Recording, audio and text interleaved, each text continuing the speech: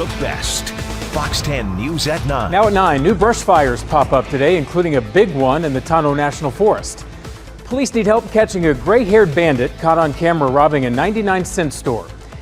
And more traffic troubles in the North Valley tonight. The I-17 is under repair, sending drivers right into a traffic jam. But first, new details tonight on a shooting and fire at a home in Surprise. It happened Friday near the Loop 303 in Cactus. A baby is recovering after being shot several times by his father, and the body of the baby's father was found in a burned-out home. Police say a man broke in and held a woman and the 6-month-old hostage until she escaped. When officers arrived, they heard gunshots and forced their way inside. One officer fired one time and then backed out with the child. Hours later, that home went up in flames, and police say the man died of a self-inflicted gunshot wound. Fox 10's Kenzie Beach joins me with more tonight. Kenzie. Yeah, Brian, a tragedy for this family. Following an hours-long standoff with police, the father took his own life after burning the family home to the ground. That 51-year-old man was Todd Marchetti. It's very terrifying living in the same community. It all started at 3 a.m. Friday when this man, 51-year-old Todd Marchetti, broke into this home holding the mother of his child and their newborn at gunpoint. So crazy. I mean, this world that we live in and the violence and things that keep happening, you know, it's just so disheartening. 8 hours later, police say the mom was able to break free and find help from a construction crew, but she had to leave behind her 6-month-old baby boy. When police arrived, shots rang out inside the home. The infant shot multiple times by his own father. I can tell you that the baby was shot multiple times in the lower extremities. It's really heartbreaking. I want to cry.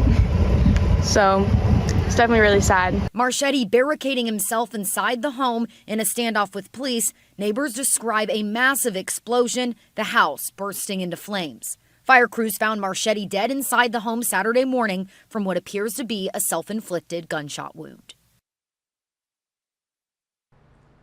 A GoFundMe has been set up for this little boy and his mother. You can find that on fox10phoenix.com. The Buckeye Police Department will be leading this investigation, and there will be a press conference held Monday morning. There we will hear from Surprise Police Chief Benny Pina. In studio tonight, Kenzie Beach, Fox 10 News. All right, thank you, Kenzie. We now know the name of the man shot and killed by Phoenix police this week. 23-year-old Devin Montgomery died on May 16th. It started when police responded to a shots fired call near 33rd Avenue in Northern. They found a man with a gunshot wound who died at the hospital. Detectives followed a car driven by Montgomery to a home near 25th Avenue in Cactus. Police say he opened fire first. Officers returned fire. Montgomery was hit and died at the hospital. A big wildfire breaks out today. The Wildcat Fire burning in the Tonto National Forest tonight. It's near 136th Street and Dynamite Boulevard.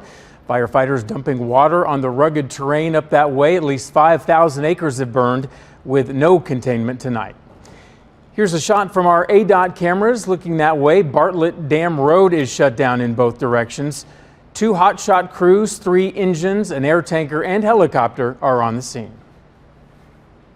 Wind is the driver of it. Without the wind, it probably would have been significantly smaller. Not saying that we would have caught it, but it would have been a lot smaller. The wind has really picked up. It was maybe 100-ish acres, and then we had a wind shift that it probably grew 100 acres in about 30 to 45 minutes. People are asked to avoid the area for now.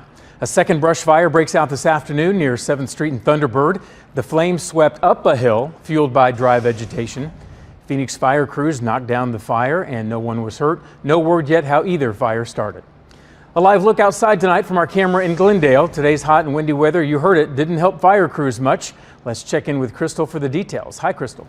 Yeah, and I want to talk a little more about that Wildcat Fire because it is still actively burning tonight. So it's all about the winds this evening and into tomorrow.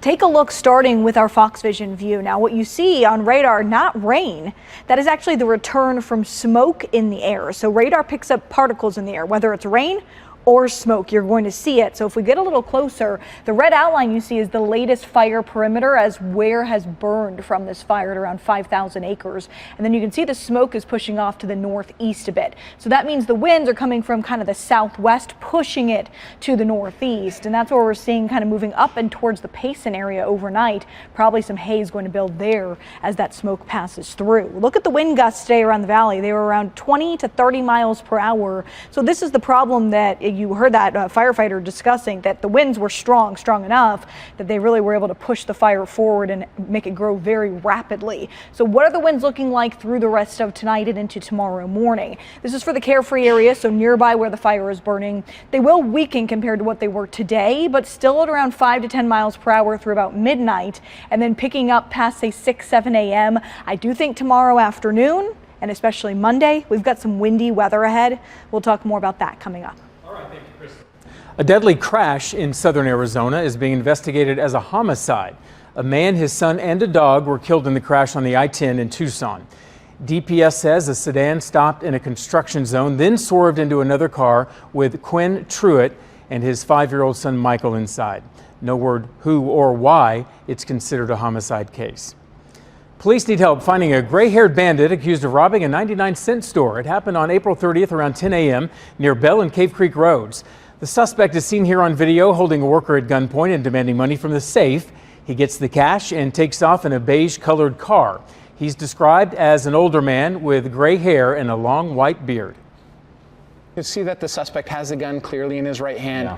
The manager opens up that top part of the safe, and he's doing it exactly like he's supposed to. Be a great witness. Make sure that you follow those instructions, because your life, your safety is more important than any amount of money. And if you can help, call Silent Witness at 480-WITNESS. You can remain anonymous and still collect a reward. The northbound I-17 remains shut down for a second straight weekend from the Loop 303 to State Route 74. The closure began last night and will continue until 5 Monday morning. ADOT is sending drivers to a designated detour, the northbound frontage road to SR 74. But problems earlier today. Some detour signs were mistakenly placed along a stretch of the North Valley Parkway. That caused problems, and then it was finally removed when it was discovered.